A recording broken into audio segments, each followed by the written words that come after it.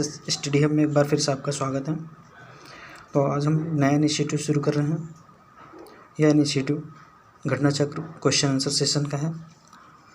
यह सभी एग्ज़ाम के लिए बहुत ही ज़्यादा महत्वपूर्ण है, तो इसको आप ज़रूर देखिएगा। तो चलिए स्टार्ट करते हैं। इतिहास का गवर्नर जनरल और वायसराय का ये चैप्टर है। तो चलिए शुरू करते हैं, ठीक है। क्लाइव के समय में असैनिक तथा सैनिक दोनों सुधार हुए। असैनिक सुधारों के अंतर्गत क्लाइव ने उपहार लेने बंद करा दिए तथा निजी व्यापार बंद करा दिया। उसने आंतरिक कर देना अनिवार्य बना दिया। सैनिक सुधारों के अंतर्गत क्लाइव ने आज्ञा दी कि दोहरा भत्ता कर दिया जाए तथा जनवरी 1766 से यह भत्ता केवल उन सैनिकों को ही मिलता था जो बंगाल तथा बिहार की सीमा से बाहर कार्य करते थे। अपने प्रशासनिक सुधारों के अंतर्गत हेस्टिंग्स ने सर्वप्रथम 1772 में कोर्ट ऑफ डायरेक्टर्स के आदेशानुसार बंगाल में द्वैध शासन की समाप्ति की घोषणा की, ठीक है।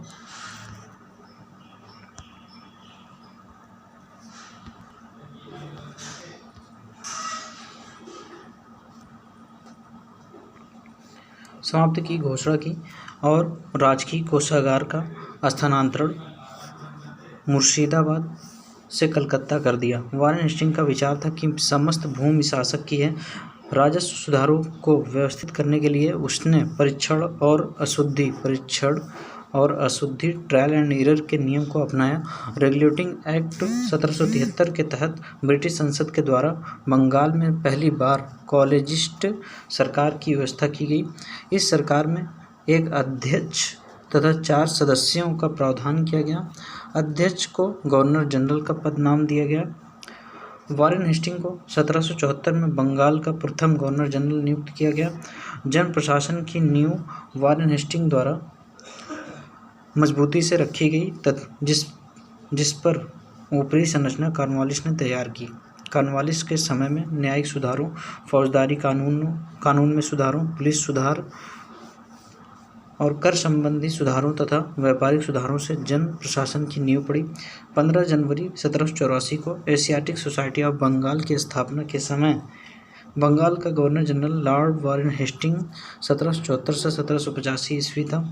सुरक्षा प्रकोष्ठ या घेरे की नीति वारेन हेस्टिंग तथा वेलेस्ली संबंधित थे। सुरक्षा प्रकोष्ठ और घेरे की नीति किससे संबंधित? वारेन हेस्टिंग तथा वेलेस्ली से संबंधित थे। वारेन हेस्टिंग के अन्यायपूर्ण तथा निरंकुश कार्यों के कारण उस पर महाभियोग का मुकदमा चलाया गया, जो 1788 से 1795 ईस्वी तक चलता रहा, किंतु ब्रिटिश संसद ने उसके सेवाओं को देखते हुए उसे सभी दोषों से मुक्त कर दिया। रियासतों के प्रति प्रमुख ब्रिटिश नीतियों निम्नलिखित थीं। कंपनी का भारतीय रियासतों से समानता के लिए संघर्ष 1740 से 1765 ईस्वी। दूसरा है सुरक्षा प्रकोष्ठ नीति या घेरे की नीति 1765 से 1813 ईस्वी। अधीनस्थ पार्थक की नीति 1813 से 1857 ईस्वी। अधीनस्थ संघ की नीति 1858 से 1935 ईस्वी। बराबर के संघ की नीति 1935 से 1947 ईस्वी। दीवानी और फौजदारी कचहरियों के श्रेणीबद्ध संगठन के जरिए न्याय प्रदान करने की एक नई व्यवस्था की नींव अंग्रेजों ने रखी। इस व्यवस्था को वारेन हेस्टिंग ने आरंभ किया, मगर कॉर्नवालिस ने इसे सुदृढ़ बनाया। शक्ति कलेक्टर के हाथों में केंद्रित कर दी गई। 1787 ईस्वी में जिले के प्रभारी कलेक्टरों को दीवानी अदालतों के दीवानी न्यायाधीश भी नियुक्त कर दिया गया तथा इसके अतिरिक्त इन्हें फौजदारी शक्तियां और सीमित मामलों में फौजदारी न्याय करने का भी अधिकार दे दिया गया। 1790 से 92 ईस्वी के बीच भारतीय न्यायाधीशों से युक्त जिला फौजदारी अदालतों को समाप्त कर उसके स्थान पर 4 भ्रमण करने वाले न्यायालय 3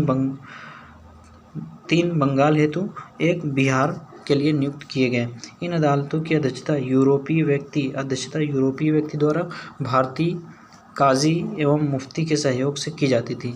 लॉर्ड कॉर्नवालिस ने कानून की विशिष्टता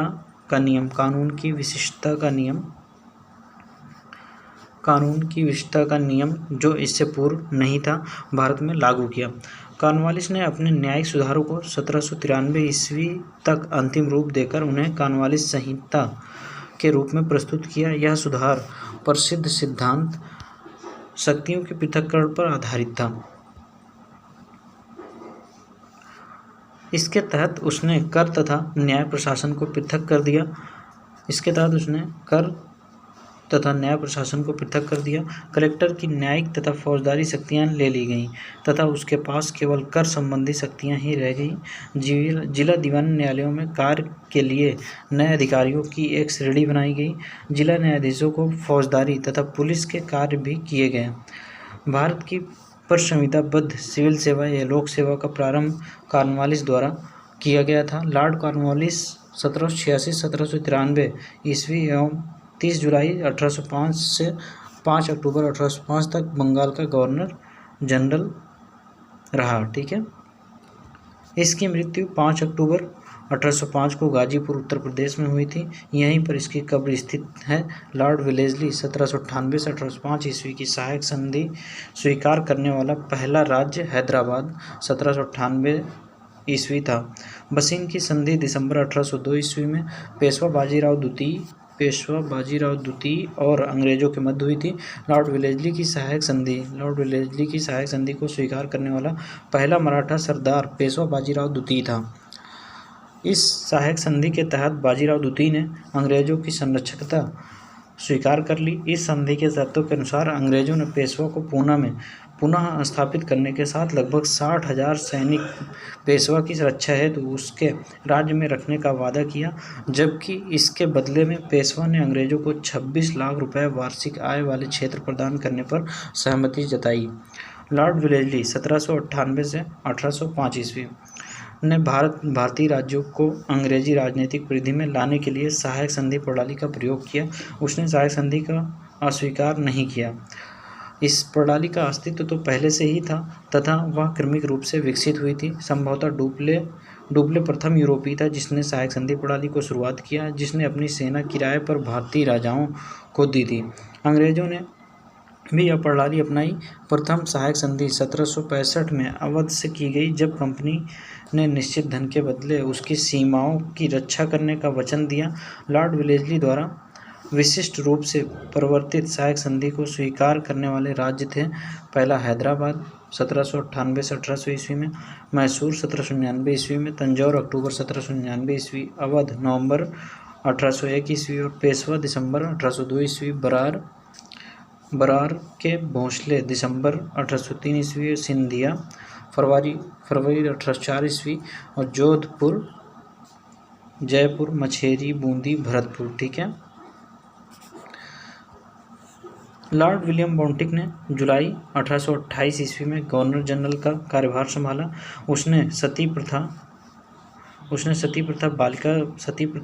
बालिका शिशुवध जैसी सामाजिक कुरीतियों को समाप्त करने के लिए प्रभावकारी प्रयत्न किया तथा देश में ठगी प्रथा समाप्त कर शांति और व्यवस्था स्थापित की। उसने कोर्ट ऑफ डायरेक्टर्स की इच्छाओं के अनुसार भारतीय रियासतों के प्रति यथासंभव तटस्थता की नीति अपनाई। जयपुर में अव्यवस्था ने ऐसा उग्र रूप धारण कर लिया कि ब्रिटिश रेजिडेंट पर ही प्रहार कर दिया गया, परंतु इस पर भी बेंटिक ने हस्तक्षेप करना स्वीकार नहीं किया। इसी प्रकार जोधपुर, बूंदी, कोटा तथा भोपाल में उसने हस्तक्षेप नहीं किया। यद्यपि ऐसा करने के लिए पर्याप्त कारण थे, परंतु उसने इस नीति का अनुसरण छोड़कर 1831 ईस्वी में मैसूर तथा 1834 ईस्वी में कुर्ग एवं कछार की रियासतों को अपने प्रदेश में मिला लिया, क्योंकि वहाँ बहुत अधिक व्यवस्था थी। विलियम बेंटिक 1828 से 1835 ईस्वी के शासन के 7 वर्षों में पुरानी निरंतर युद्धों तथा संयोजन की नीति को तिलांजलि दे दी गई। भारत के इतिहास में बेंटिक का नाम सामाजिक तथा प्रशासनिक सुधारों के कारण स्मरण किया जाएगा। 1833 के चार्टर एक्ट के द्वारा भारतीय प्रशासन को पूर्णतः केंद्रीकृत करने का प्रयास किया गया। इस एक्ट के द्वारा बंगाल के गवर्नर जनरल को भारत का गवर्नर जनरल बना दिया गया। 1833 ईस्वी में लॉर्ड विलियम बेंटिक को भारत का प्रथम गवर्नर जनरल बनाया गया। 1833 ईस्वी में लॉर्ड विलियम बेंटिक को भारत का प्रथम गवर्नर जनरल बनाया गया। लॉर्ड विलियम बेंटिक ने कैप्टन स्लीमैन को ठगों के विरुद्ध कार्रवाई करने के लिए नियुक्त किया। उसने लगभग 1500 ठगों को बंदी बना लिया। अनेक ठगों को फांसी दी गई, शेष को आजीवन निर्वासित कर दिया गया। 1837 ईस्वी के पश्चात संगठित रूप से ठगों का अंत हो गया। 1789 ईस्वी की घोषणा द्वारा बंगाल से दासों का निर्यात बंद कर दिया गया। 1811 ईस्वी एवं 1823 ईस्वी में दासों के संबंध में कानून बनाए गए। 1833 ईस्वी के चार्टर एक्ट में दासता का शीघ्र अतिशीघ्र समाप्त करने के लिए गवर्नर से कानून बनाने को कहा गया। 1843 ईस्वी में समस्त ब्रिटिश भारत से दासता को अवैध घोषित करा दिया गया। 1860 ईस्वी में भारतीय दंड संहिता के अंतर्गत दासता को अपराध घोषित कर दिया गया। आंग्ल नेपाल युद्ध 1814 से 1816 ईस्वी लॉर्ड हेस्टिंग के गवर्नर जनरल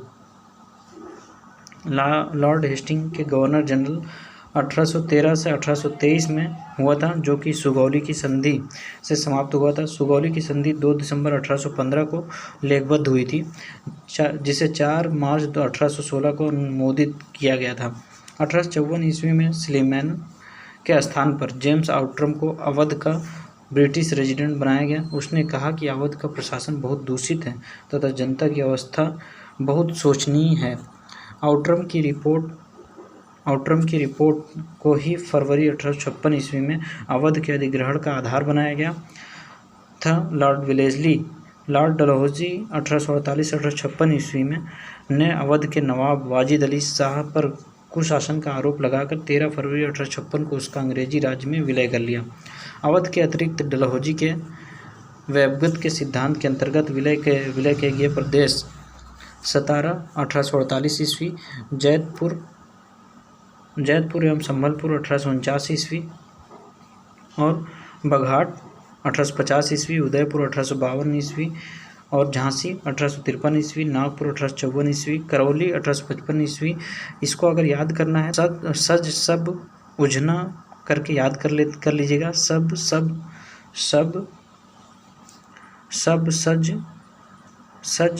उजना, ठीक है।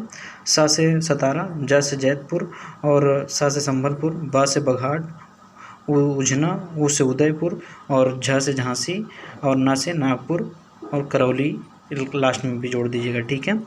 तो इस तरह से यह बहुत ही महत्वपूर्ण है क्योंकि यह क्वेश्चन कई बार पूछा जा चुका है। कोर्ट ऑफ डायरेक्टर्स ने करौली के अवगत प्रस्ताव को अस्वीकार कर दिया।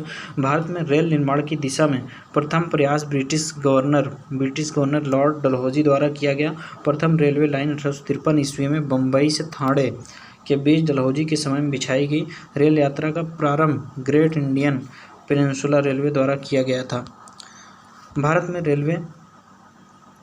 में रेलवे का विकास का मुख्य उद्देश्य कच्चे माल को देश के आंतरिक भागों से बंदरगाहों तक ले जाना था। इसका दूसरा उद्देश्य सेना को दूर दराज के क्षेत्रों तक पहुंचाना भी था, ताकि ब्रिटिश शासकों के प्रति होने वाले किसी भी विद्रोह को सरलता से कुचला जा सके। रेलवे का सर्वाधिक विस्तार 1900 ईस्वी के आसपास लॉर्ड कर्जन के समय हुआ था। ब्रिटिश भारतीय राज क्षेत्र का अंतिम मुख्य विस्तार लॉर्ड डफरिन के समय में हुआ, जब 1885 ईस्वी में तृतीय अंग बर्मा युद्ध 1 जनवरी 1886 को बर्मा को ब्रिटिश भारत में मिला लिया गया। डलहौजी से पूर्व सार्वजनिक निर्माण का कार्य एक सैनिक बोर्ड पर था। इसके कार्यकाल में पहली बार एक अलग सार्वजनिक निर्माण विभाग बनाया गया और सार्वजनिक उपयोग के कार्य के लिए बहुत सा धन व्यय किया जाने लगा। ईश्वरचंद्र विद्यासागर के अथक प्रयासों के फलस्वरूप लॉर्ड कैनिंग के समय विधवा पुनर्विवाह अधिनियम 1856 ईस्वी में पारित हुआ। इस अधिनियम के नियम 15 के तहत विधवा विवाह को वैध मान लिया गया और उस विवाह के उत्पन्न हुए बालक वैध घोषित किए गए। विधवाओं के कल्याण से जुड़े अन्य नेता थे पश्चिमी भारत में विष्णु शास्त्री और धोंदो केशव कर्वे ने 1899 ईस्वी में पूना में विधवा आश्रम की स्थापना की। 1857 ईस्वी की महान क्रांति का सबसे महत्वपूर्ण परिणाम था महारानी की उद्घोषणा। यह उद्घोषणा 1 नवंबर 1858 को इलाहाबाद में हुए दरबार में लॉर्ड कैनिंग द्वारा उद्घोषित की गई। इसमें ईस्ट इंडिया कंपनी के शासन की समाप्ति और भारत के शासन को सीधे ब्रिटिश शाही ताज के अंतर्गत लाए जाने की घोषणा की गई। इसके तहत लॉर्ड कैनिंग ब्रिटिश भारत का प्रथम वायसराय बना। महारानी विक्टोरिया को भारत की साम्राज्ञी 1877 ईस्वी में नियुक्त किया गया। जनवरी 1877 ईस्वी में आयोजित किए गए दिल्ली दरबार में इन्हें कैसरी हिंद की उपाधि प्रदान की गई। प्रथम आंग्ल अफगान युद्ध 1839-1842 के मध्य हुआ था। इस दौरान भारत के गवर्नर जनरल ऑकलैंड थे। लॉर्ड लिटन के समय द्वितीय आंग्ल अफगान युद्ध 1878 से 1880 ईस्वी हुआ था। 1843 के एक्ट 5 के द्वारा भारत में तत्कालीन गवर्नर जनरल एलन ब्रो ने दास प्रथा का उन्मूलन किया था। इसके काल 1842 से 1844 के दौरान अगस्त 1843 में सिंध को पूर्ण रूप से ब्रिटिश साम्राज्य में मिला लिया गया। चतुराईपूर्ण निष्क्रियता या कुशल आक्रमणीयता की नीति, पॉलिसी ऑफ मास्टरली इनएक्टिविटी, आंग्ल अफगान संबंधों के संदर्भ में लॉर्ड एलनबरो के काल से प्रारंभ होकर लॉर्ड नॉर्थब्रुक के काल तक चलती रही। इस काल को कुशल आक्रमणीयता की नीति का काल कहा जाता है। इस नीति को प्रायः जॉन लॉरेंस के नाम से विशिष्ट रूप से संबंधित किया जाता है, क्योंकि उसके वायसराय काल में इस नीति का अनुसरण करने का स्पष्ट अवसर मिला और इस नीति की रूपरेखा स्पष्ट रूप से निश्चित की गई। कुशल आक्रमणीयता शब्द का J.W.S. वाइली ने एडिनबरा रिव्यू के एक लेख में प्रयोग किया था। भारत में अंग्रेजों के समय में प्रथम जनगणना लॉर्ड मेयो 1869 से 1872 ईस्वी के काल में 1872 ईस्वी में प्रारंभ हुई, किंतु लॉर्ड रिपन के काल में नियमित जनगणना 1881 ईस्वी में शुरू हुई। तब से अब तक चली आ रही है जनगणना। ठीक है। लॉर्ड मेयो 1869 से 1872 ईस्वी की हत्या अंडमान निकोबार द्वीप समूह के भ्रमण के दौरान शेर अली अफरीदी नामक एक कैदी द्वारा की गई थी। मेयो प्रथम गवर्नर जनरल था जिसकी हत्या उसके कार्यकाल में की गई। 1876 में ईस्वी में लिटन के वायसराय बनकर आने पर अफगानिस्तान के प्रति अपनाई गई नीति में परिवर्तन आया। कुशल आक्रमणीयता की नीति के स्थान पर अग्रगामी नीति का अनुसरण होने लगा। मेजर सेंडसेन की बलूचिस्तान में गवर्नर जनरल के एजेंट के रूप में नियुक्ति के साथ ही बलूचिस्तान में हस्तक्षेप न करने के स्थान पर हस्तक्षेप की नीति अपनाई गई थी। वर्नाक्यूलर प्रेस एक्ट या भारतीय भाषा समाचार पत्र अधिनियम 1878 ईस्वी में लॉर्ड लिटन के काल में पारित किया गया। इस अधिनियम को मुंह बंद करने वाला अधिनियम भी कहा गया। आर्स्किन पेरी ने इस अधिनियम को विपरीतगामी और असंगत तथा भारत की भावी प्रगति के लिए घातक पग बताया। श्री S.N. बनर्जी ने इसे आकाश से वज्रपात कहा। Sir P.C. इल्बर्ट वायसराय की परिषद के विधि सदस्य थे। इन्होंने 2 फरवरी 1883 को विधान परिषद में एक विधेयक प्रस्तुत किया जिसे इल्बर्ट बिल की संज्ञा दी जाती है। इस विधेयक का उद्देश्य था कि जाति भेद पर आधारित सभी न्यायिक अयोग्यताएं तुरंत समाप्त कर दी जाएं और भारतीय तथा यूरोपीय न्यायाधीशों की शक्तियां समान कर दी जाएं। जैसे ही यह विधेयक प्रस्तुत किया गया, एक बाउंडर खड़ा हो गया। यूरोपीय लोगों ने इसे अपने विशेषाधिकारों पर कुठाराघात बताया। लॉर्ड रिपन को ब्रिटिश भारत के वायसरायों में सबसे अधिक उदारवादी माना जाता है। उन्होंने 100 या उससे अधिक कार्यरत मजदूरों वाली फैक्ट्रियों में काम करने वाली महिलाओं तथा बच्चों के संबंध में कुछ उदारवादी नियम बनाए, जिन्हें प्रथम फैक्ट्री अधिनियम 1881 के नाम से जाना जाता है। इस अधिनियम के तहत 7 वर्ष से कम उम्र के बच्चों के फैक्ट्रियों में काम करने पर रोक एवं 7 से 12 वर्ष के बच्चों की कार्यावधि प्रतिदिन 9 घंटे तथा इन्हें महीने में 4 दिन की छुट्टी का प्रावधान किया गया। दूसरा फैक्ट्री अधिनियम 1891 में बनाया गया। इसमें सभी मजदूरों के लिए साप्ताहिक छुट्टी की व्यवस्था थी। लॉर्ड मेयो के समय में सृजित स्थानीय शासन को वास्तविक स्थानीय शासन बनाने के लिए लॉर्ड रिपन ने उन्हें आवश्यक आवश्यक नियम प्रदान किए। इस कार्य के कारण लॉर्ड रिपन को आधुनिक भारत में स्थानीय शासन का जनक माना जाता है। चार्ल्स मिटकॉफ ने प्रेस पर प्रतिबंध हटाया, इसलिए उसे समाचार पत्रों का मुक्तिदाता कहा जाता है। भारत में पुरातत्व सर्वेक्षण संबंधी प्रयास 1784 ईस्वी में कलकत्ता में विलियम जोन्स द्वारा एशियाटिक सोसाइटी की स्थापना के साथ प्रारंभ हुए थे। 1861 ईस्वी में लॉर्ड कैनिंग द्वारा अलेक्जेंडर कनिंघम को प्रथम पुरातात्विक सर्वेक्षण नियुक्त किया गया था तथा 1871 ईस्वी में पुरातात्विक सर्वेक्षण को सरकार में अलग विभाग बनाया गया। लॉर्ड कर्जन के कार्यकाल 1899 से 1905 के दौरान वर्ष 1901 में भारतीय पुरातत्व सर्वेक्षण एएसआई को एकीकृत एवं केंद्रीकृत स्वरूप देते हुए जॉन मार्शल को इसका नया महानिदेशक नियुक्त किया गया। प्राचीन स्मारक संरक्षण अधिनियम 1904 के द्वारा लॉर्ड कर्जन ने भारत में पहली बार ऐतिहासिक इमारतों की सुरक्षा एवं मरम्मत की ओर ध्यान देते हुए 50,000 पाउंड की धनराशि का आवंटन किया था। गोपाल कृष्ण गोखले ने कर्जन के प्रशासन की तुलना मुगल सम्राट औरंगजेब से की थी। नवंबर 1905 में लॉर्ड कर्जन के स्थान पर लॉर्ड मिंटो को भारत का वायसराय नियुक्त किया गया तथा जॉन मार्ले को भारत का सचिव नियुक्त किया गया। इनके द्वारा किए गए सुधारों को मार्ले मिंटो सुधार 1909 ईस्वी के नाम से जाना जाता है। इस अधिनियम के द्वारा मुसलमानों के लिए पृथक मताधिकार तथा पृथक निर्वाचन क्षेत्रों की स्थापना की गई। वायसराय लॉर्ड हार्डिंग के समय भारत की राजधानी कलकत्ता से दिल्ली स्थानांतरण किया गया। वायसराय लॉर्ड हार्डिंग ने 1911 ईस्वी में जॉर्ज पंचम एवं महारानी मेरी को भारत बुलाया तथा दिल्ली में भव्य दरबार का आयोजन किया, जिसे दिल्ली दरबार तृतीय के नाम से जानते हैं। इसी दरबार में बंगाल विभाजन को रद्द कर दिया गया तथा राजधानी के स्थानांतरण की घोषणा की गई। तो चलिए प्रश्न कोश देखते हैं। निम्नलिखित कथनों पर विचार कीजिए। पहला, रॉबर्ट क्लाइव बंगाल के प्रथम गवर्नर जनरल थे। दूसरा, विलियम बोंटिक भारत के प्रथम गवर्नर जनरल थे। तो उपर्युक्त कथनों में से कौन सा सही है? तो केवल एक, केवल दो, या फिर एक और दो दोनों, ना तो एक और ना तो दो। तो ऑप्शन बी सही होगा, केवल दो। ठीक है। वारेन हेस्टिंग को 1774 ईस्वी में बंगाल का प्रथम गवर्नर जनरल नियुक्त किया गया। 1833 ईस्वी में लॉर्ड विलियम बोंटिक को भारत का प्रथम गवर्नर जनरल बनाया गया। रॉबर्ट क्लाइव बंगाल का पहला गवर्नर नियुक्त किया गया था। रॉबर्ट क्लाइव जो है रॉबर्ट क्लाइव बंगाल का पहला गवर्नर नियुक्त किया गया था, जो इस पद पर 1758-60 ईस्वी और 1765-1767 ईस्वी की अवधि में रहा। ठीक है। तो वारेन हेस्टिंग बंगाल का प्रथम गवर्नर जनरल था और लॉर्ड विलियम बोंटिक 1833 में भारत का प्रथम गवर्नर जनरल बना। ठीक है।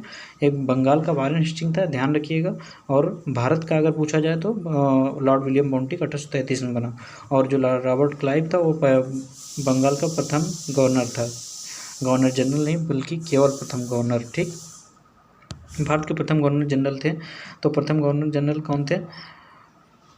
प्रथम गवर्नर जनरल वारेन हेस्टिंग थे। ठीक है। अगला है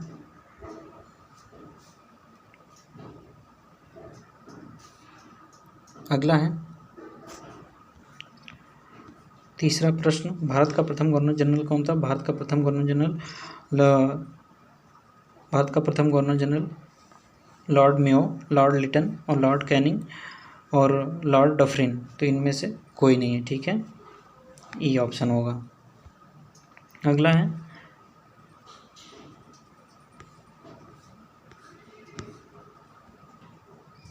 तो इसमें ऑप्शन ई होगा, क्योंकि लॉर्ड विलियम बोंटिक भारत का प्रथम गवर्नर जनरल था। तो इसमें लॉर्ड विलियम बोंटिक तो है नहीं ऑप्शन में, इसलिए ऑप्शन ई होगा। ठीक है।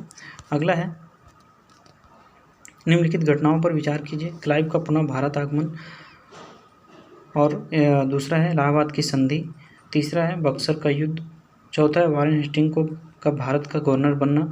उपर्युक्त घटनाओं के घटित होने के काल क्रमानुसार को निम्नलिखित कोट में से सही क्रम का चयन कीजिए।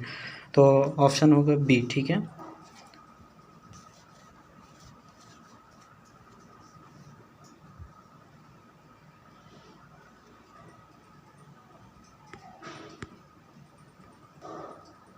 ऑप्शन होगा बी। ठीक।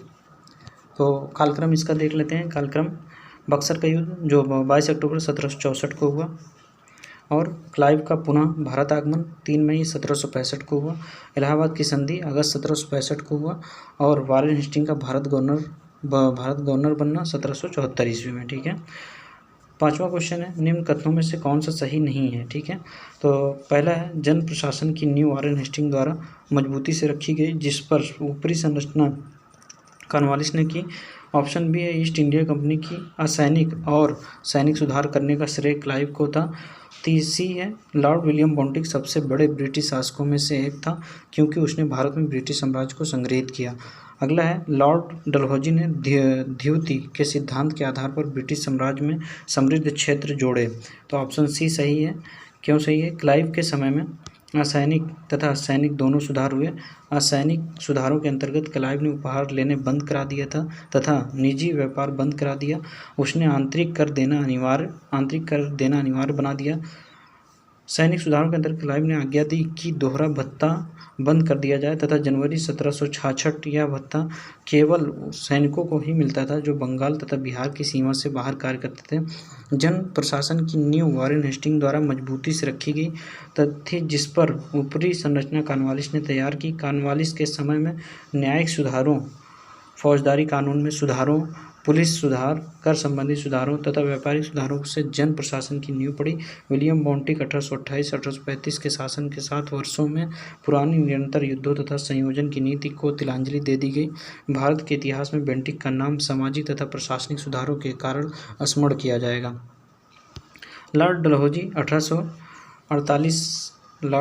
1848-1856 ने वेबगत के सिद्धांत के अंतर्गत 1848 ईस्वी में सतारा, 1849 ईस्वी जैतपुर तथा संभलपुर, 1850 ईस्वी में बघाट, 1852 ईस्वी में उदयपुर, 1853 ईस्वी में झांसी तथा 1854 ईस्वी में नागपुर का विलय कर लिया।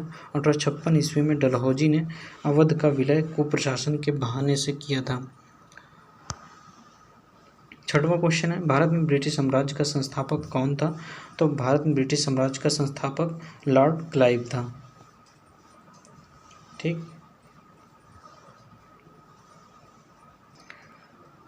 लॉर्ड क्लाइव था, ऑप्शन सी। इसका विस्तार देख लें। भारत में ब्रिटिश साम्राज्य का संस्थापक लॉर्ड क्लाइव को माना जाता है। 23 जून 1757 को प्लासी की लड़ाई में विजेता अंग्रेजी सेना का नेतृत्व लॉर्ड क्लाइव था। इसी युद्ध के उपरांत बंगाल में ब्रिटिश साम्राज्य की नींव पड़ी। कलकत्ता में एशियाटिक सोसाइटी की स्थापना के समय बंगाल का गवर्नर जनरल कौन था। तो कलकत्ता के एशियाटिक सोसाइटी की स्थापना के समय बंगाल का governor general, option B, Lord Warren Hasting था।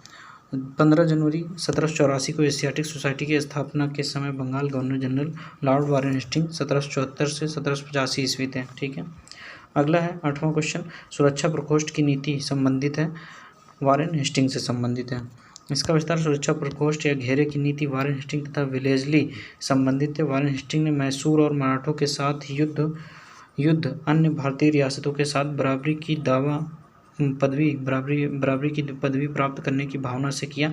इस समय कंपनी ने अपने राज्य के चारों ओर मध्य राज्य बनाने का प्रयत्न किया। उद्देश्य केवल अपने राज्य की रक्षा करना था, अथवा हम यह भी कह सकते हैं कि अपनी पड़ोसी राज्यों की सीमाओं की रक्षा करो ताकि अपनी सीमाएं सुरक्षित रहें। उस समय भय मुख्यतः अफगानों और मराठों से था, इसलिए कंपनी ने अवध की रक्षा व्यवस्था के कार्य को इस शर्त पर संभाला कि अवध का नवाब उस व्यय का बोझ उठाए, और इस प्रकार अवध की रक्षा ही बंगाल की रक्षा थी।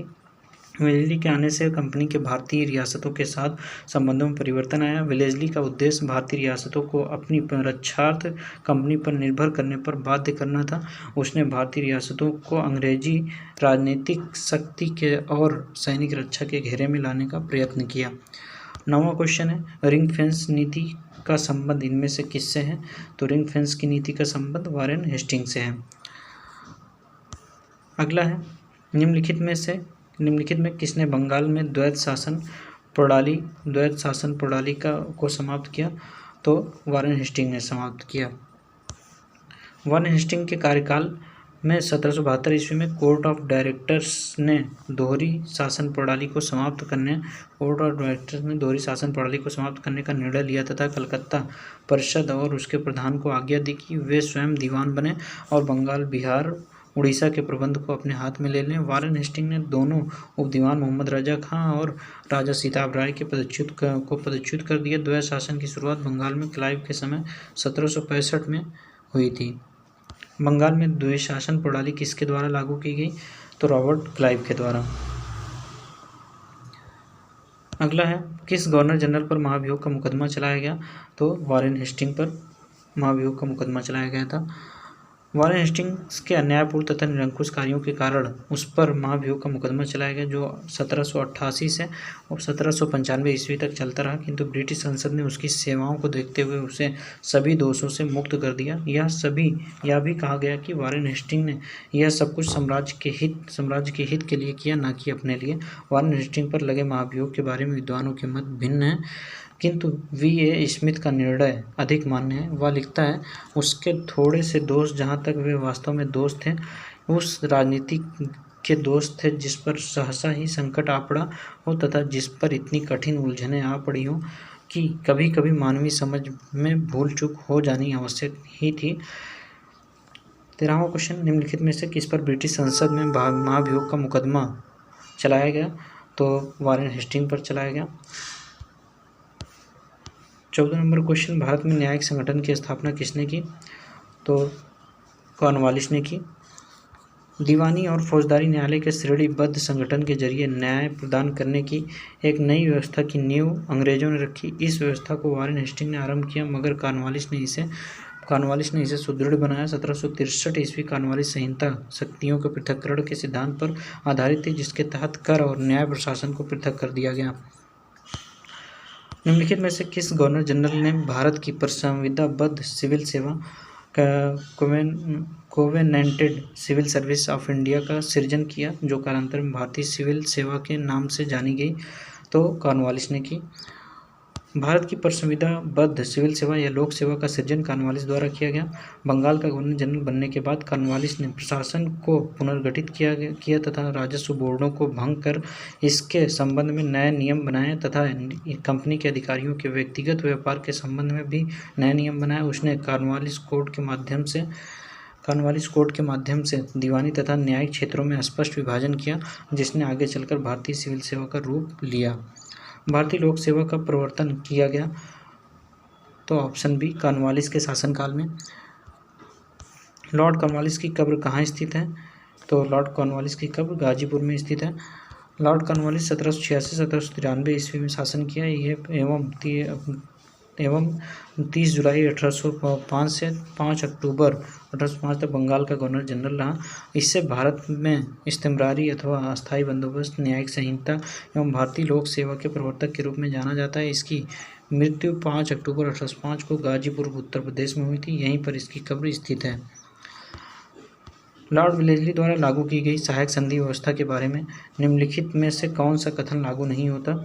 तो ऑप्शन सी सही है, कंपनी के लिए एक नियत आय का प्रबंध करना।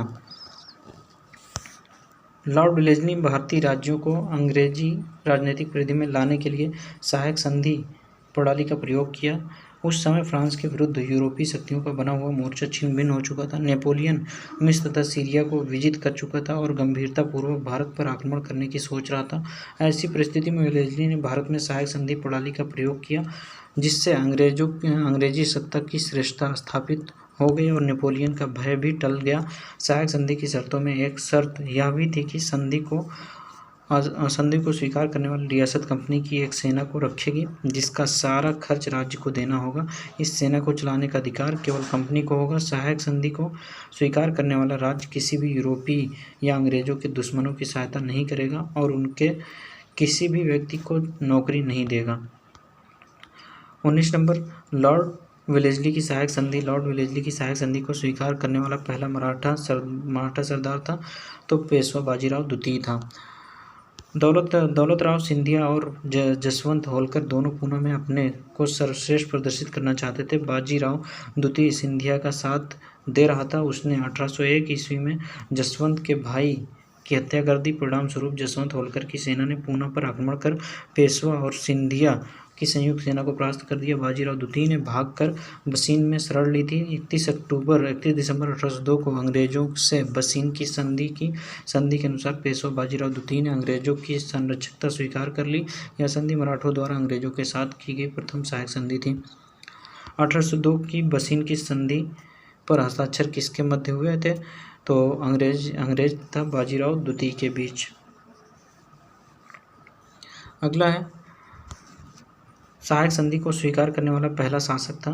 तो सहायक संधि को स्वीकार करने वाला पहला शासक अवध का नवाब था। ठीक है,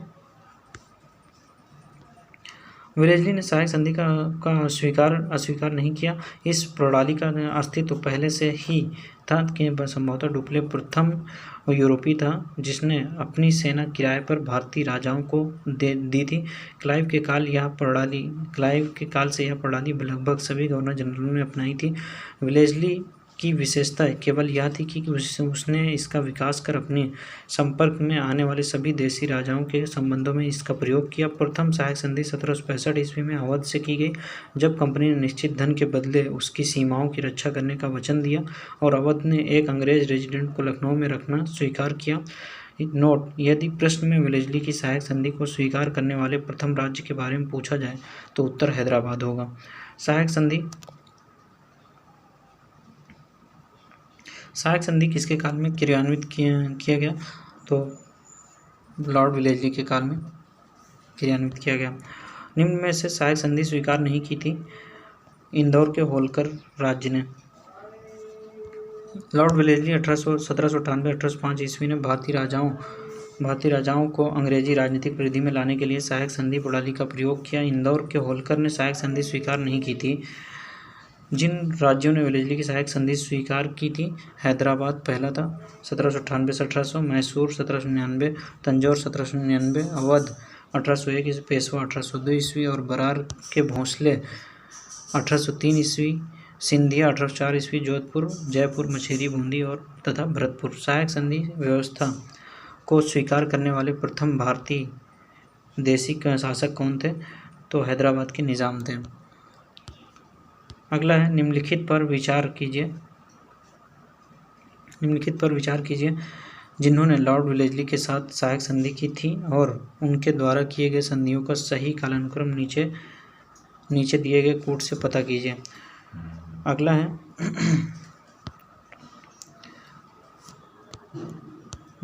हैदराबाद, मैसूर, अवध, सिंधिया। तो ऑप्शन ए सही है, 1 2 3 4 इसका क्रम जो है इसी तरीके से हैदराबाद पहला है, मैसूर, फिर अवध, फिर सिंधिया। ठीक है, अगला है भारतीय राज्यों पर अंग्रेजी प्रभुत्व स्थापित करने के लिए किसने प्रशासन में सहायक संधि प्रणाली का सूत्रपात किया? तो लॉर्ड वेलेस्ली ने सहायक संधि का सूत्रपात किया। अगला है लॉर्ड वेलेस्ली ने भारतीय राज्यों को अंग्रेजी राजनीतिक परिधि में लाकर अंग्रेजों की प्रभुसत्ता स्थापित करने के लिए सहायक संधि प्रणाली का प्रयोग किया। इससे अंग्रेजी सत्ता की श्रेष्ठता और प्रभुसत्ता स्थापित हो गई। ईस्ट इंडिया कंपनी का राजपूत राज्यों से सहायक संधि करने का मुख्य उद्देश्य था अंग्रेजों की प्रभुसत्ता स्थापित करना। निम्नांकित युग्मों में से कौन सा सही सुमेलित नहीं है? तो बक्सर का युद्ध जो 1764 में हुआ था, सहायक संधि 1863 में, तो सहायक संधि यही गलत है। ठीक है, भारत में ईस्ट इंडिया कंपनी का एकाधिकार 1833 में था। ब्रिटिश नागरिकों एवं कंपनियों के लिए भारत में व्यापार का खोला जाना 1813 ईस्वी में था। अब भारत में अंग्रेजों की सत्ता की श्रेष्ठता स्थापित करने तथा फ्रांसीसियों के भय को समाप्त करने के उद्देश्य से वेलेस्ली ने सहायक संधि प्रणाली 1798 ईस्वी में आरंभ किया। ठीक है, सहायक संधि प्रणाली का 1798 ईस्वी में आरंभ किया। सहायक संधि स्वीकार करने वाले राज्यों में हैदराबाद 1798 प्रथम था। बक्सर का युद्ध 1764 में हुआ था। ईस्ट इंडिया कंपनी का एकाधिकार 1833 में हुआ था तथा ब्रिटिश नागरिकों तथा कंपनियों के लिए भारत में व्यापार खोला जाना 1813 ईस्वी में सुमेलित है। इस प्रकार बी जो है सही सुमेलित नहीं था। 29 उस समय जब नेपोलियन की शक्ति के सामने यूरोप में साम्राज्य धराशायी हो रहे थे, नीचे लिखे गवर्नर जनरलों में से किस एक ने भारत में ब्रिटिश पताका फहराए रखी? तो लॉर्ड वेलेस्ली ने ब्रिटिश पताका फहराए रखी। लॉर्ड वेलेस्ली ने भारत की ओर 1797 ईस्वी में प्रस्थान किया, जो कि आंग्ल इतिहास में संभवतः सबसे अंधकारमय समय था। फ्रांस के विरुद्ध यूरोपीय शक्तियों का बना हुआ मोर्चा छिन्न भिन्न हो चुका था। नेपोलियन मिस्र तथा सीरिया को विजित कर चुका था तथा गंभीरतापूर्वक भारत पर आक्रमण करने की सोच रहा था। ऐसी परिस्थिति में लेजली ने भारत में सहायक संधि प्रणाली का प्रयोग किया, जिससे अंग्रेजी सत्ता की श्रेष्ठता स्थापित हो गई तथा नेपोलियन का भय भी टल गया। आंग्ल नेपाल युद्ध जिसके शासनकाल में हुआ था वह है लॉर्ड हेस्टिंग्स।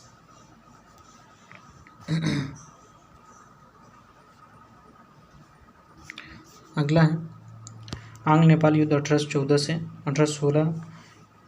1816 हेस्टिंग के गवर्नर जनरल काल 1813 से 1823 ईस्वी में हुआ था, जो कि 1815 ईस्वी की सुगौली की संधि से समाप्त हुआ। सुगौली की संधि 2 दिसंबर 1815 को लेखबद्ध हुई थी, जिसका अनुमोदन 4 मार्च 1816 को किया गया था। सुगौली की संधि ऑप्शन डी आप पहले ही पढ़ चुके हैं 1815 में। अगला है 32 निम्नलिखित में कौन सा युग्म सही सुमेलित नहीं है? तो कौन सा सही सुमेलित नहीं है? हेक्टर मुंडो, बक्सर का युद्ध, लॉर्ड हेस्टिंग, आंग्ल नेपाल युद्ध, लॉर्ड वेलेस्ली, चतुर्थ आंग्ल मैसूर युद्ध, ये तीनों सही हैं। लॉर्ड कॉर्नवालिस जो है तृतीय आंग्ल मराठा युद्ध, यही नहीं सही है। ठीक है, तो तृतीय आंग्ल मराठा युद्ध जो है लॉर्ड 1817 से 18 लॉर्ड हेस्टिंग के समय में हुआ, ना कि लॉर्ड कॉर्नवालिस के समय, अतः विकल्प डी सही सुमेलित नहीं है। चतुर्थ आंग्ल मैसूर युद्ध 1799 में लॉर्ड वेलेस्ली के साथ सुमेलित था। आंग्ल नेपाल युद्ध 1814 से 1816 ईस्वी लॉर्ड हेस्टिंग के समय में हुआ, जबकि बक्सर का युद्ध 1764 हेक्टर मुंडो के नेतृत्व में लड़ा गया था। ठीक है, तृतीय आंग्ल मराठा युद्ध संबंधित है तो लॉर्ड हेस्टिंग से संबंधित है। अगला है सर टॉमस मुंडो किन वर्षों में मद्रास के गवर्नर रहे? तो ऑप्शन है 1820 से 1827 ईस्वी में।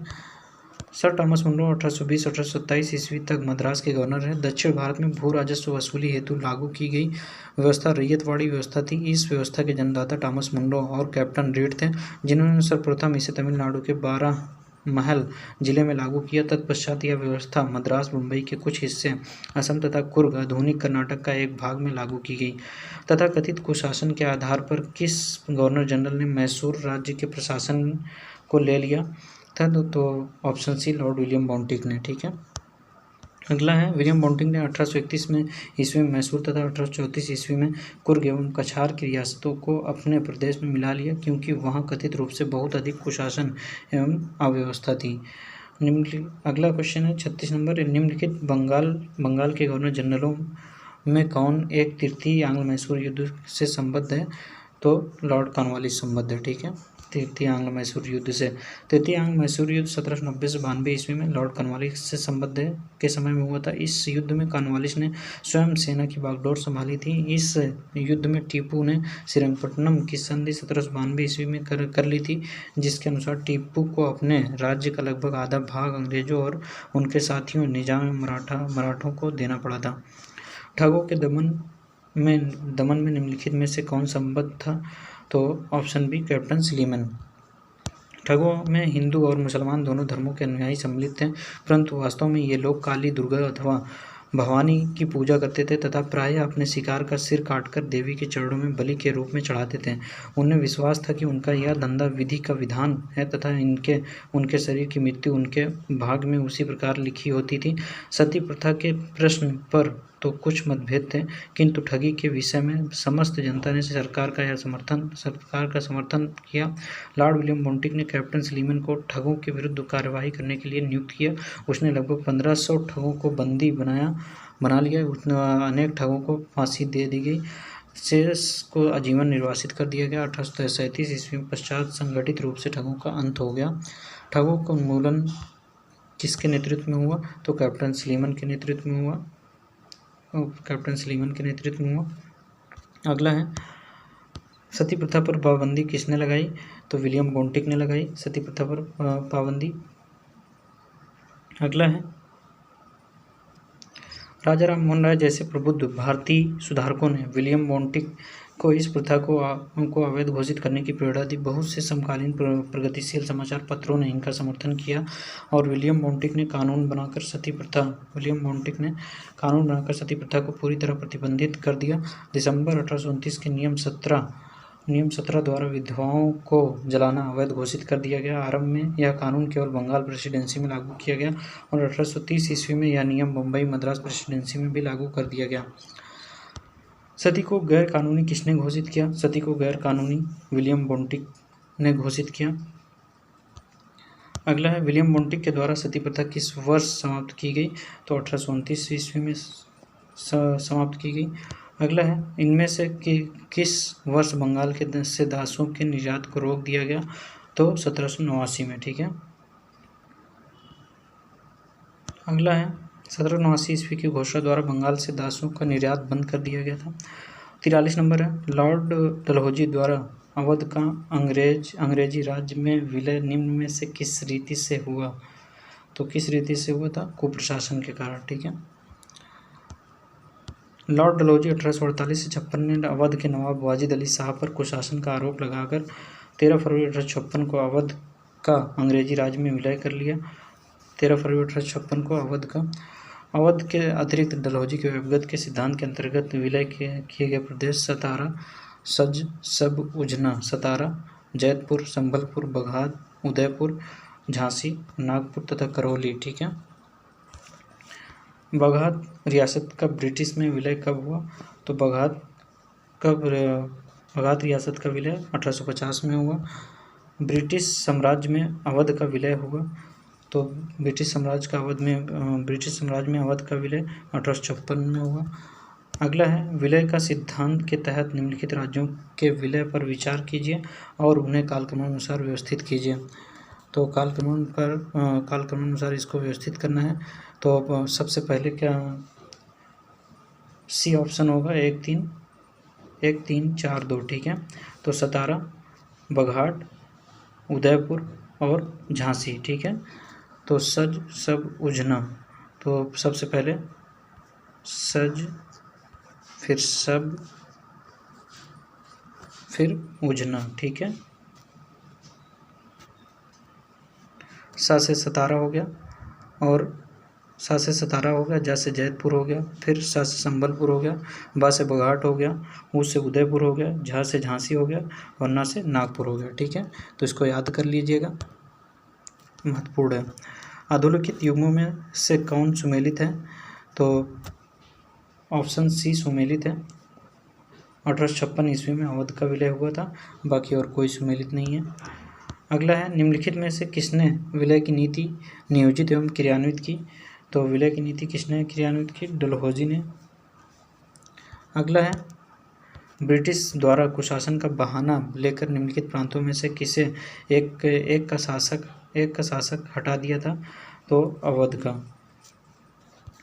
अगला है, 50 भारत में ब्रिटिश शासन के दौरान निम्नलिखित राशि राज्यों के विलय क्रम पर विचार कीजिए। तो क्रम था झांसी, संबलपुर, सतारा। तो ऑप्शन सी सही होगा। सबसे पहले सतारा था, फिर संबलपुर था, फिर झांसी था। ऊपर मैं बता चुका हूँ, इसको फिर से ध्यान दीजिएगा। लॉर्ड डलहौजी की विलय की नीति जो है, प्रथम शिकार निम्नलिखित में से कौन हुआ था विलय की नीति में? तो सतारा सबसे पहले शिकार हुआ था। अगला है, जेम्स एंड्रयूज रैमजे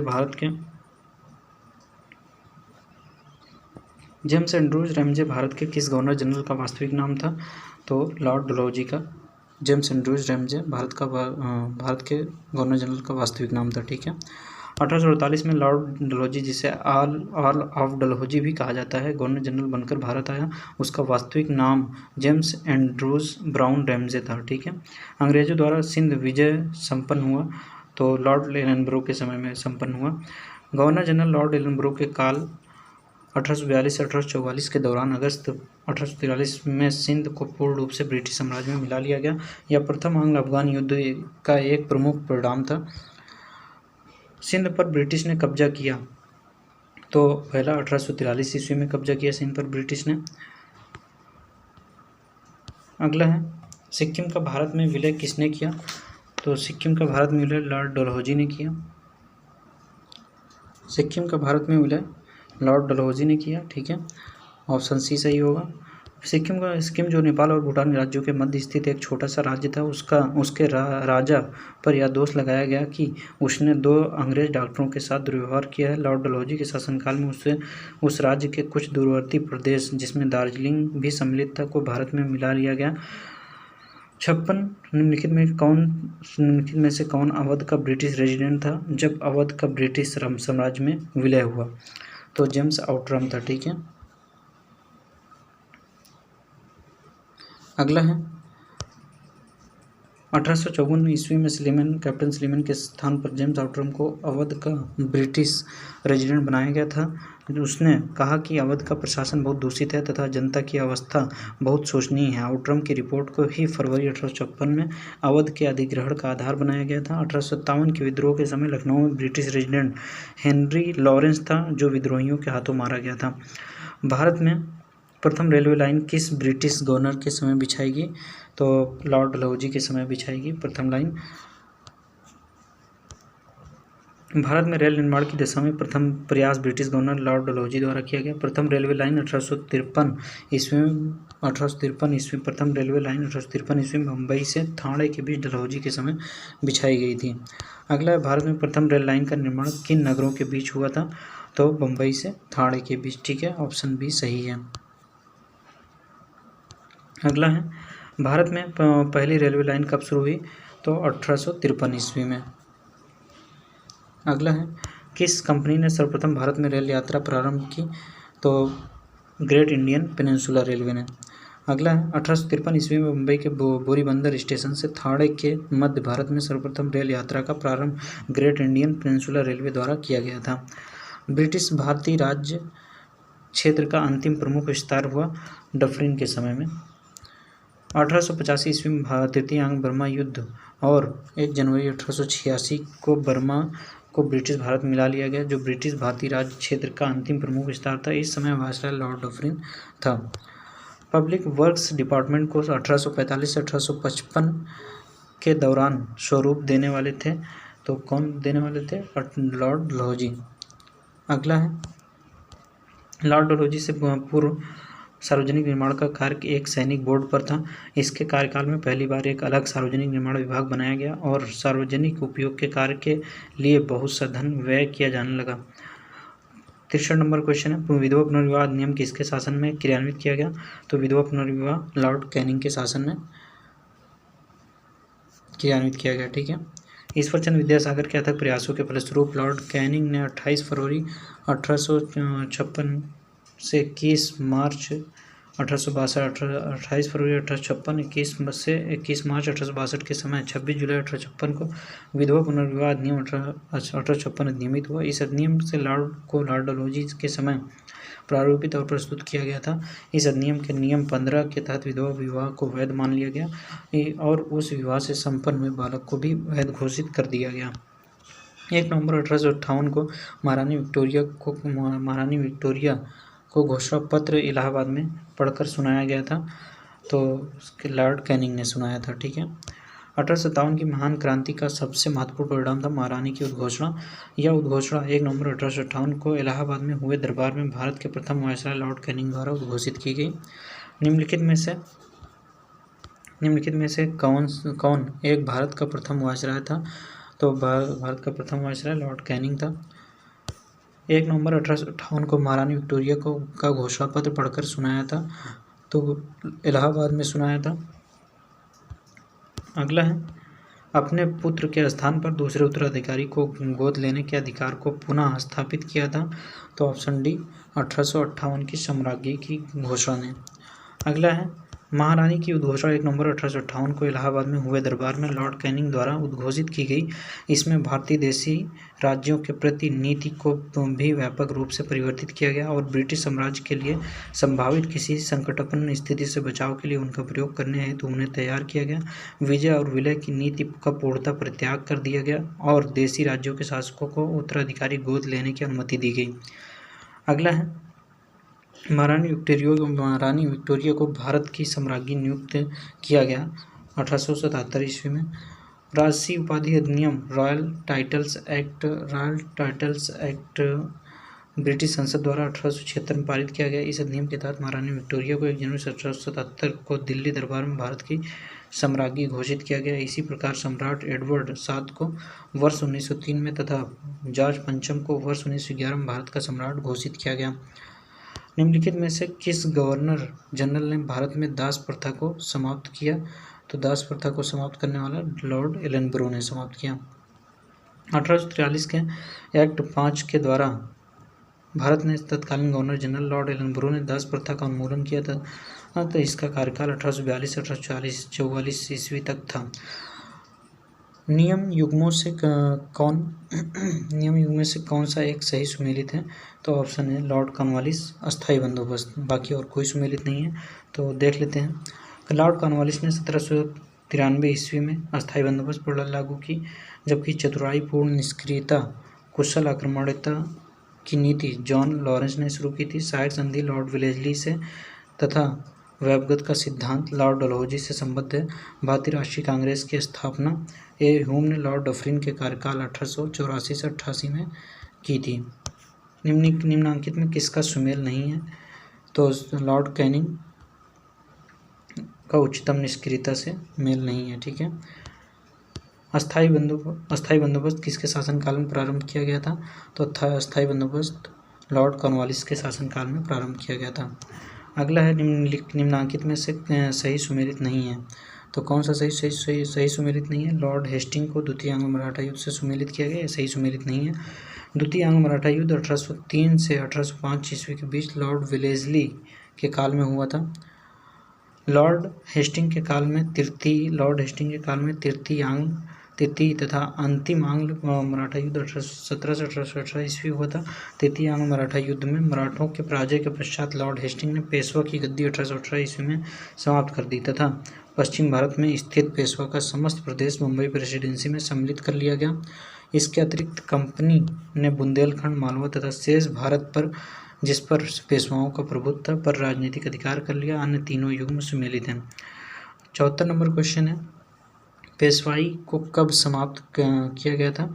तो 1818 में समाप्त किया गया पेशवाई को। निम्नलिखित में से किसने राजपूताना की देशी रियासतों के साथ वर्ष 1817 से 1818 की अधीनस्थ संधि की बातचीत की थी? तो चार्ल्स मेटकाफ ने।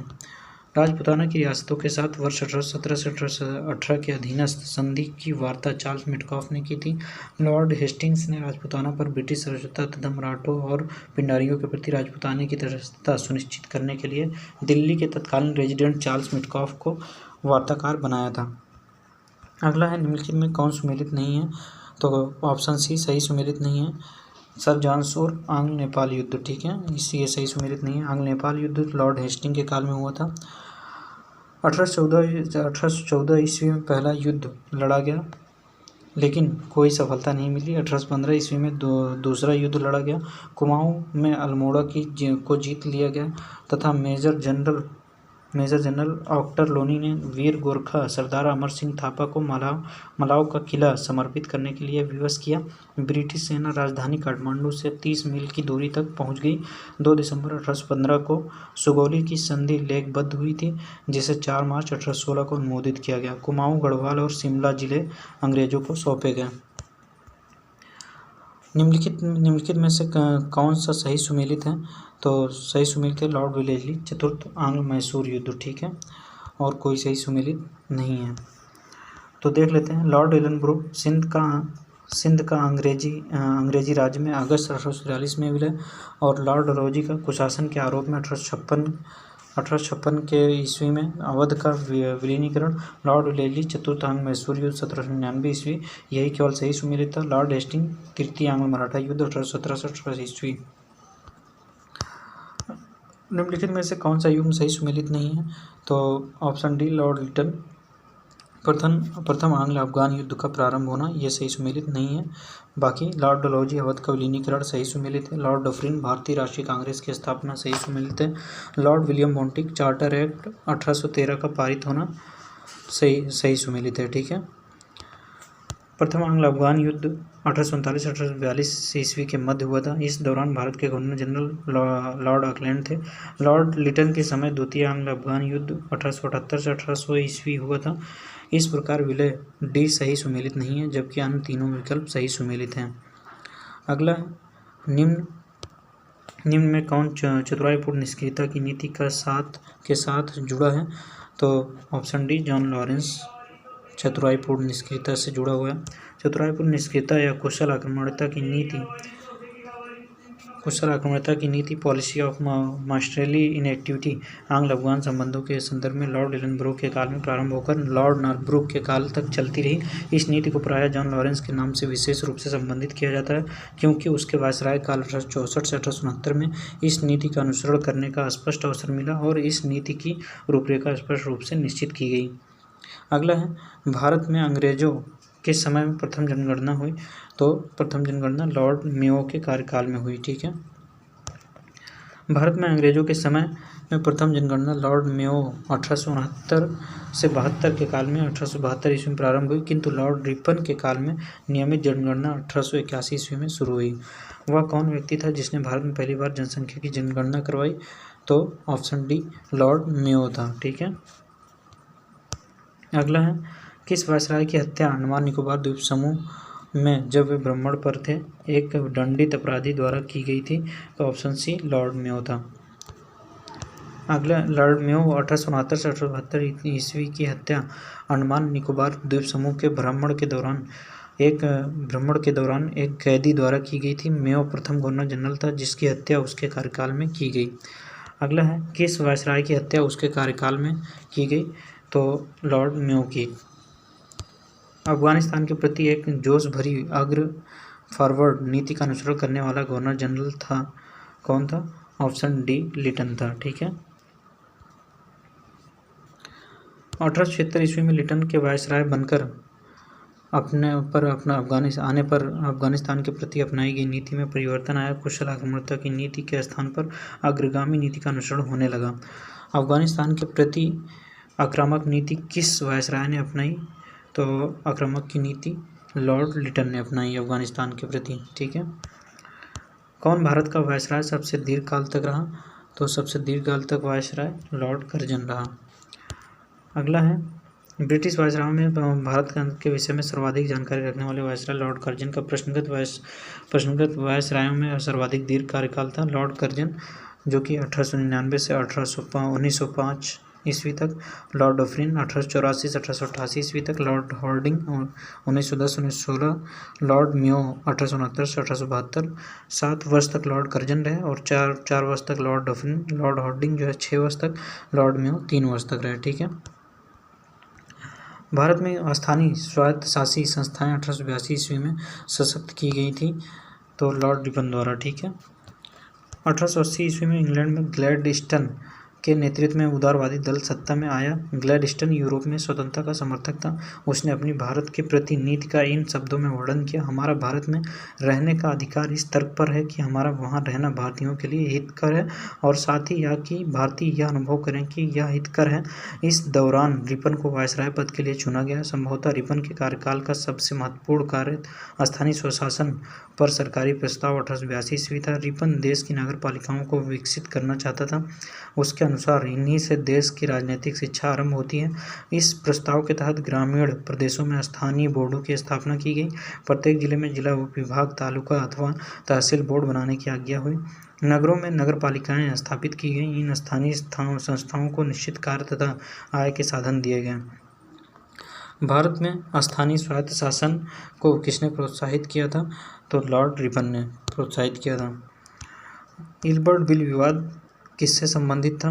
इल्बर्ट बिल विवाद किससे संबंधित था? तो पहला ऑप्शन था भारतीयों द्वारा हथियार लेकर चलने पर कुछ प्रतिबंधों को लागू किया जाना, भारतीय भाषाओं में प्रकाशित होने वाले समाचार पत्रों और पत्रिकाओं पर प्रतिबंध लागू किया जाना, यूरोप के लोगों के मामलों की सुनवाई करने के लिए भारतीय न्यायाधीशों पर लगाई गई अयोग्यताओं को हटाया जाना और आयातित सूती कपड़े पर लगाए गए शुल्क को हटाया जाना। तो ऑप्शन सी सही है। ठीक है, सर पीसी इल्बर्ट वायसराय की परिषद की विधि सदस्य थे। इन्होंने 2 फरवरी 1883 को विधान परिषद में एक विधेयक प्रस्तुत किया जिसे इल्बर्ट बिल की संज्ञा दी जाती है। इस विधेयक का उद्देश्य था कि जाति भेद पर आधारित सभी न्यायिक अयोग्यताएं तुरंत समाप्त कर दी जाएं और भारतीय तथा यूरोपीय न्यायाधीशों की शक्तियां समान कर दी जाएं। यूरोपीय लोगों ने इसे अपने विशेषाधिकारों पर कुठाराघात माना। इल्बर्ट बिल को लेकर हुए विवाद के कारण 1884 ईस्वी में लॉर्ड रिपन ने अपना कार्यकाल पूरा होने से पूर्व त्यागपत्र दे दिया। किसकी पदावधि में महिलाओं तथा बच्चों की कार्यावधि के घंटों को सीमित करने तथा स्थानीय शासन को आवश्यक नियम बनाने के लिए प्राधिकृत करने के लिए प्रथम फैक्ट्री अधिनियम का अभिग्रहण किया गया। तो ऑप्शन सी लॉर्ड रिपन के समय में, ठीक है।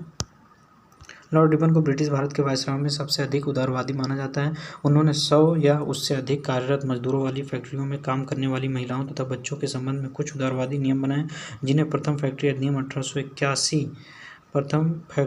1881 के रूप में जाना जाता है। इस अधिनियम के तहत 7 वर्ष से कम उम्र के बच्चों की फैक्ट्रियों में काम करने पर रोक एवं 7 से 12 वर्ष के बच्चों की कार्य अवधि प्रतिदिन 9 घंटे तथा महीनों में 4 दिन की छुट्टी का प्रावधान किया गया। अगला है निम्नलिखित में कथनों पर विचार कीजिए। पहला है फैक्ट्री एक्ट 1881 औद्योगिक कामगारों की मजदूरी नियत करने के लिए और कामगारों को मजदूर संघ बनाने देने की दृष्टि से पारित किया गया था। दूसरा है एन.एम. लोखंडे ब्रिटिश भारत में मजदूर आंदोलन संगठित करने में अग्रगामी थे। उपर्युक्त कथनों में कौन सा सही है? तो पहला सही है या दूसरा सही है या 1, 2 दोनों सही है या फिर ना तो 1 ना तो 2। तो केवल 2 सही है, बाकी पहला गलत है, ठीक है। प्रथम कारखाना अधिनियम 1881 ईस्वी में पारित किया गया था, परंतु यह अधिनियम अपर्याप्त मापदंड जैसा साबित हुआ। इसमें केवल ऐसे मजदूर जो बच्चे थे उन्हीं के सुरक्षा से संबंधित प्रावधान बनाया गया था। इस अधिनियम में महिला मजदूरों से संबंधित कोई प्रावधान नहीं बनाया गया था, अतः इस अधिनियम से मजदूर सामान्यतः निराश थे। एन.एम. लोखंडे भारत में मजदूर आंदोलन संगठित करने में अग्रगामी थे। 19वीं शताब्दी में वे न केवल हथकरघा एवं कपड़े की मिलों में मजदूरों की दयनीय स्थिति में सुधार करने के लिए याद किए जाते हैं, बल्कि जाति एवं संप्रदाय जैसे मुद्दों पर भी उन्होंने साहसिक पहल की, अतः केवल कथन 2 सत्य हैं। 92 निम्नलिखित में से किसे भारत में स्थानीय स्वायत्त शासन का जनक माना जाता है? तो स्थानीय स्वायत्त शासक का जनक लॉर्ड रिपन को माना जाता है। लॉर्ड रिपन के कार्यकाल में प्रस्तुत स्थानीय स्वशासन प्रस्ताव 1882 ईस्वी से भारत में आधुनिक स्थानीय स्वशासन का प्रारंभ माना जाता है। लॉर्ड रिपन को स्थानीय स्वशासन का पिता कहा जाता है। इन्होंने प्रांतीय सरकारों को आज्ञा दी कि वे प्रांतीय तथा स्थानीय नागरिक वित्तीय साधनों का एक सर्वेक्षण करें, जिससे यह निश्चय किया जा सके कि किन किन मदों का आम व स्थानीय प्रशासन के सुपुर्द किया जा सकता है। निम्नलिखित में से कौन संयुग्म सही सुमेलित नहीं है? तो ऑप्शन ए सही सुमेलित नहीं है। अस्थायी स्वशासन लॉर्ड लिटन से सही सुमेलित नहीं है। सहायक संधि लॉर्ड विलेजी सुमेलित है। राज्य अपहरण नीति लॉर्ड डलहौजी से सुमेलित है। अस्थायी बंदोबस्त लॉर्ड कॉर्नवालिस से सुमेलित है, ठीक है।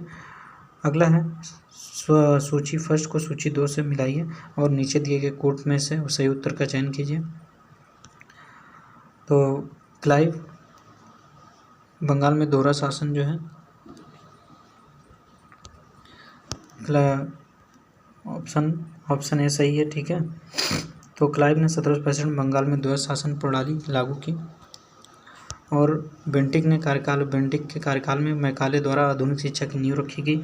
अपने प्रस्ताव में मैकाले की योजना यह थी कि एक ऐसा वर्ग बनाया जाए जो रंग तथा रक्त से तो भारतीय हो, परंतु प्रवृत्ति, नैतिकता तथा बुद्धि से अंग्रेज हो। मैकाले का विचार 7 मार्च 1835 को एक प्रस्ताव द्वारा अनुमोदित कर दिया गया, जिसमें यह निश्चय हुआ कि उच्च स्तरीय प्रशासन की भाषा अंग्रेजी होगी। चार्ल्स मिटकॉफ ने प्रेस से प्रतिबंध हटाया, इसलिए समाचार पत्रों के मुद्रितदाता कहा जाता है। कर्जन के काल में 1905 में बंगाल का विभाजन हुआ था, ठीक है। तो इसको आप मिला सकते हैं। ऑप्शन ए पहले का सी, दूसरे का डी, तीसरे का है पहले का सी, दूसरे का डी, पहले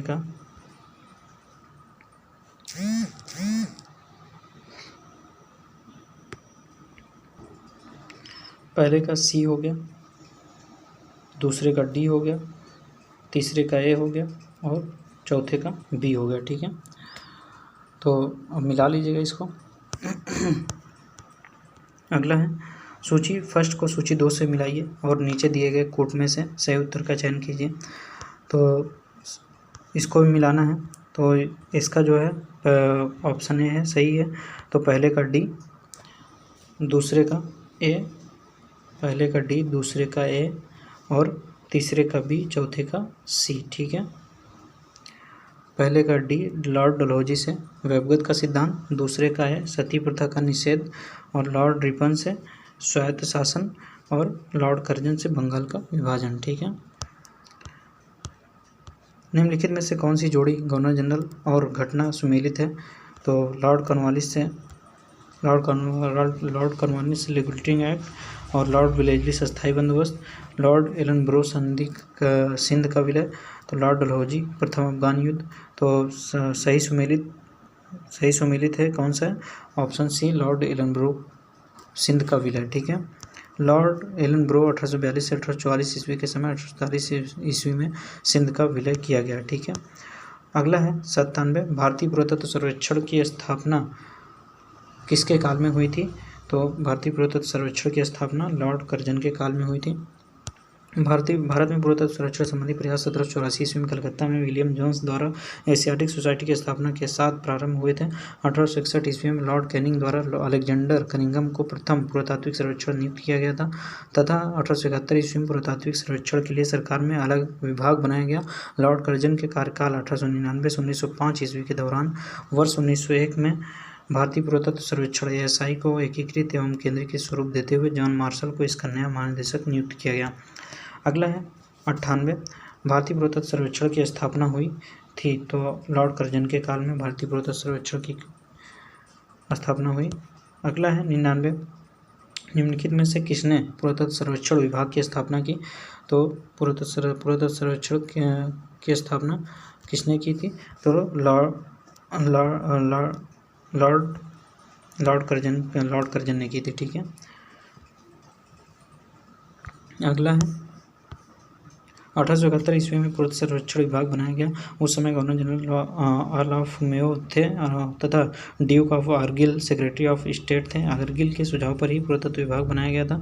दिए गए विकल्पों में मेयो या आर्गिल किसी का नाम न होने के कारण छत्तीसगढ़ लोक सेवा आयोग ने इस प्रश्न को निरस्त कर दिया। ठीक है, तो यहाँ पे जो अभी बताया इसमें लॉर्ड कर्जन भी नहीं होगा। ठीक है, क्योंकि यहाँ पे जो है कौन था? आर्गिल, अर्ल ऑफ मेयो और यह तो duke of Argyll secretary of state थे। ठीक है, तो इसलिए लॉर्ड कर्जन नहीं होगा। अगला है प्राचीन स्मारक संरक्षण एक्ट किस गवर्नर जनरल के कार्यकाल में पारित हुआ था? तो ऑप्शन सी, लॉर्ड कर्जन के काल में। ठीक है, प्राचीन स्मारक संरक्षण अधिनियम 1904 के द्वारा लॉर्ड कर्जन ने भारत में पहली बार ऐतिहासिक इमारतों की सुरक्षा एवं मरम्मत की ओर ध्यान देते हुए 50,000 पाउंड की धनराशि का आवंटन किया था। भारत में कर्जन के प्रशासन की तुलना औरंगजेब से किसने की थी? तो ऑप्शन बी, GK गोखले ने की थी। लॉर्ड कर्जन ने अपने वायसराय काल 1899 से 1905 ईस्वी में भारतीय जनमानस की आकांक्षाओं की पूर्णता और अवहेलना करते हुए भारत में ब्रिटिश शासन को सुदृढ़ करने का प्रयास किया। गोपाल कृष्ण गोखले ने कर्जन के प्रशासन की तुलना मुगल सम्राट औरंगजेब से की थी। 102, इंपीरियल कैडेट कॉर्प्स की स्थापना किसने की? लॉर्ड कर्जन ने की। लॉर्ड कर्जन ने वर्ष 1901 में इंपीरियल कैडेट कॉर्प्स की स्थापना की। इसका उद्देश्य देशी नरेशों के राजकुमारों एवं सामंतों के पुत्रों को सैनिक शिक्षा का प्रबंध करना था। भारत में ब्रिटिश साम्राज्य के दौरान निम्नलिखित वायसरायों पर विचार कीजिए। तो इसमें ऑप्शन 1, 2, 3, 4 क्रम से है। ठीक है, तो उपर्युक्त पदावधियों का सही कालानुक्रम है। ठीक, तो 1, 2, 3, 4 मतलब क्रम से है। पहला लॉर्ड कर्जन होगा, दूसरा लॉर्ड हार्डिंग होगा, ये तीसरा लॉर्ड चेम्सफोर्ड होगा और चौथा लॉर्ड इरविन होगा। ठीक है, तो लॉर्ड कर्जन का कार्यकाल 1899 से 1905 तक था और लॉर्ड हार्डिंग 1910 से 1916 तक, लॉर्ड चेम्सफोर्ड 1916 से 1921 तक और लॉर्ड इरविन 1926 से 1931 तक। ठीक है, अगला है असैनिक प्रशासन 1905 के संदर्भ में कौन सा कथन सही है? तो लॉर्ड कर्जन ने प्रांतीय सीमाओं को पुनर्गठित करने का निर्णय लिया। दूसरा ऑप्शन है पूर्वी बंगाल और असम नामक एक नया प्रांत बनाया गया। तो ऑप्शन बी सही है, 1 और 2 दोनों सही है। ठीक, वर्ष 1905 में गवर्नर जनरल लॉर्ड कर्जन ने प्रांतीय सीमाओं को पुनर्गठित करने का निर्णय लिया। इसने बंगाल को 2 भागों में बांटकर पूर्वी बंगाल और असम नामक एक नया प्रांत बनाया तथा बंगाल के पश्चिमी भाग में बंगाल, बिहार, उड़ीसा, चोल, नागपुर को शामिल किया। इसके अतिरिक्त उसने मद्रास और मध्य प्रदेश प्रांत की सीमाओं में भी बदलाव किया था। 105 फूट डालो और राज्य करो की रणनीति अपनाई गई थी। तो ऑप्शन कौन सा होगा? ए और बी दोनों, ठीक है, लॉर्ड कर्जन द्वारा और लॉर्ड मिंटो द्वारा।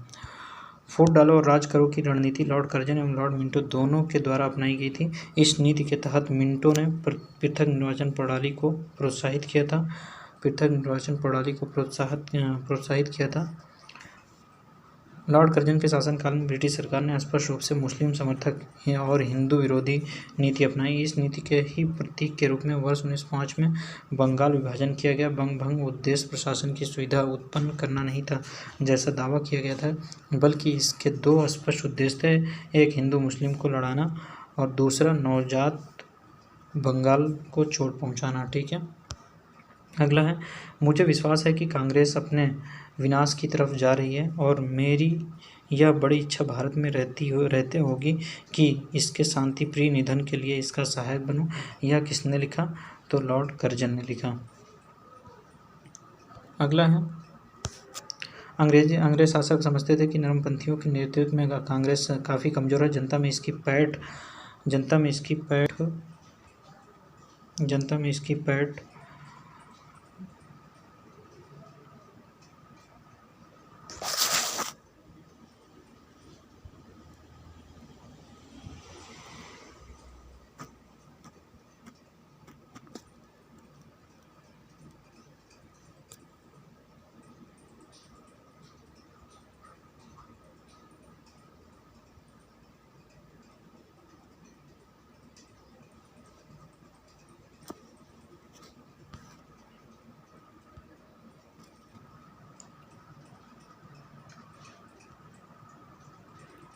अंग्रेज शासक समझते थे कि नरमपंथियों के नेतृत्व में कांग्रेस काफ़ी कमज़ोर है, जनता में इसकी पैठ नहीं है, अतः इसे खत्म किया जा सकता है।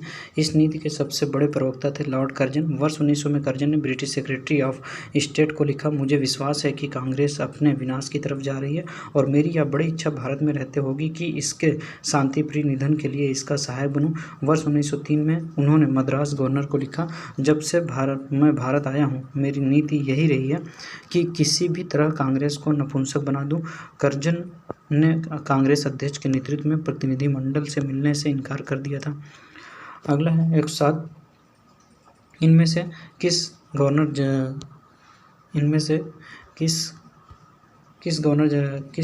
जनरल ने सबसे पहले पृथक निर्वाचन मंडल की व्यवस्था मुसलमानों को जीतने व उन्हें कांग्रेस के विरुद्ध करने के लिए इस्तेमाल की? तो ऑप्शन डी लॉर्ड मिंटो ने। अगला है, नवंबर 1905 में लॉर्ड कर्जन के स्थान पर लॉर्ड मिंटो को भारत का वायसराय नियुक्त किया गया तथा जॉन मार्ले को भारत सचिव नियुक्त किया गया। इनके द्वारा किए गए सुधारों को मार्ले मिंटो सुधार 1909 ईस्वी के नाम से जाना जाता है। इस अधिनियम के द्वारा मुसलमानों के लिए पहली बार पृथक मताधिकार तथा पृथक निर्वाचन क्षेत्रों की स्थापना की गई। इसका उद्देश्य मुसलमानों को कांग्रेस के विरुद्ध करना था। 108, निम्नलिखित में से कौन भारत का एकमात्र यहूदी वायसराय था? तो यहूदी वायसराय लॉर्ड रीडिंग था। भारत का एकमात्र यहूदी वायसराय लॉर्ड रीडिंग था। 1921-1926 का कार्यकाल था। इसके समय चौरी चौरा कांड, स्वराज पार्टी और स्वराज पार्टी का गठन तथा रोलेट एक्ट निरसन हुआ, ठीक है। अगला है, निम्नलिखित युग्मों में से कौन सा एक सही सुमेलित नहीं है? तो कौन सा सही सुमेलित नहीं है? वर्नाक्यूलर प्रेस एक्ट कर्जन द्वारा सही सुमेलित नहीं है, ठीक है। वर्नाक्यूलर प्रेस एक्ट या भारतीय भाषा समाचार पत्र अधिनियम 1878 में लॉर्ड लिटन के काल में पारित किया गया था, ठीक है। तो लॉर्ड लिटन के कार्यकाल में पारित किया गया था, बाकी सब सही सुमेलित था, तो इसको देख लीजिएगा। अगला है, निम्नलिखित में से कौन सा एक युग्म सुमेलित नहीं है? तो कौन सा सुमेलित नहीं है? Option D vernacular press act Lord Curzon से, इसमें भी वही क्वेश्चन था, तो इसमें भी वही होगा, ठीक है। अगला पहला वाला क्वेश्चन जो था, ब्रिटिश भारत की राजधानी का कलकत्ता से दिल्ली स्थानांतरण किसके काल में क्रियान्वित हुआ? तो ऑप्शन बी लॉर्ड हार्डिंग के कार्यकाल में, ठीक है। वायसराय लॉर्ड हार्डिंग के समय भारत की राजधानी का कलकत्ता से दिल्ली स्थानांतरण किया गया। वायसराय लॉर्ड हार्डिंग ने वर्ष 1911 में जॉर्ज पंचम एवं महारानी मेरी को भारत बुलाया तथा दिल्ली में भव्य दरबार का आयोजन किया, जिसे दिल्ली दरबार के नाम से जानते हैं। इसी दरबार में बंगाल विभाजन को रद्द कर दिया गया तथा राजधानी के स्थानांतरण की घोषणा की गई। सही जोड़े बनाना है, ठीक है। तो इसमें चूक का सिद्धांत हड़प की नीति लॉर्ड कर्जन पहले दिया है, बंगाल का विभाजन लॉर्ड क्लाइव दिया है, और बंगाल में दोहरा शासन डलहौजी दिया है, सामाजिक सुधार बेंटिक दिया हुआ है, ठीक है। तो ऑप्शन सी इसका सही है। तो ऑप्शन सी पहले का 3, ऑप्शन सी 3 1 2 4, ठीक है। तो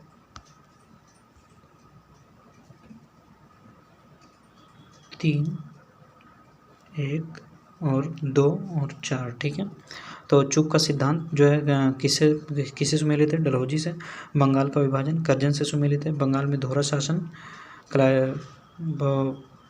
बंगाल में दोहरा शासन क्लाइव से सुमेलित है, और सामाजिक सुधार बेंटिक से, ठीक है। अगला है, देख लीजिएगा, चूक का सिद्धांत डलहौजी से, बंगाल का विभाजन लॉर्ड कर्जन से, और बंगाल का दोहरा शासन क्लाइव से, और सामाजिक सुधार बेंटिक से, ठीक है। अगला है, ये भी सुमेलित करना है। तो बंगाल में फोर्ट विलियम प्रेसिडेंसी का गवर्नर जनरल रेगुलेटिंग एक्ट 1773 के अधीन, भारत का गवर्नर जनरल चार्टर एक्ट 1833 के अधीन, भारत का गवर्नर जनरल और वायसराय इंडियन काउंसिल एक्ट 1858 के अधीन, गवर्नर जनरल और सम्राट का प्रतिनिधि गवर्नमेंट ऑफ इंडिया एक्ट 1935 के अधीन। सूची 2, आर्कीबाल्ड पर्सिवल वेवेल, बाइकाउंट और पार्ल Wavell, James Andrews Brown Ramsay Dalhousie का आल और मार्किस, चार्ल्स कॉर्नवालिस का दूसरा आल और पहला मार्किस, गिलबर्ट जॉन इलियट मरे किनीमांड मिंटो का आल, लुई माउंटबेटन बर्मा का आल माउंटबेटन। तो ऑप्शन है सही है, ए का 3, बी का 2, सी का 4 और डी का 1, ठीक है। अंग्रेजों द्वारा बंगाल के अधिग्रहण के उपरांत कंपनी के कार्यों को नियंत्रित करने के लिए रेगुलेटिंग एक्ट 1773 ब्रिटिश संसद द्वारा पारित किया गया। इसी एक्ट के तहत कंपनी के गवर्नर को बंगाल का गवर्नर जनरल बना दिया गया।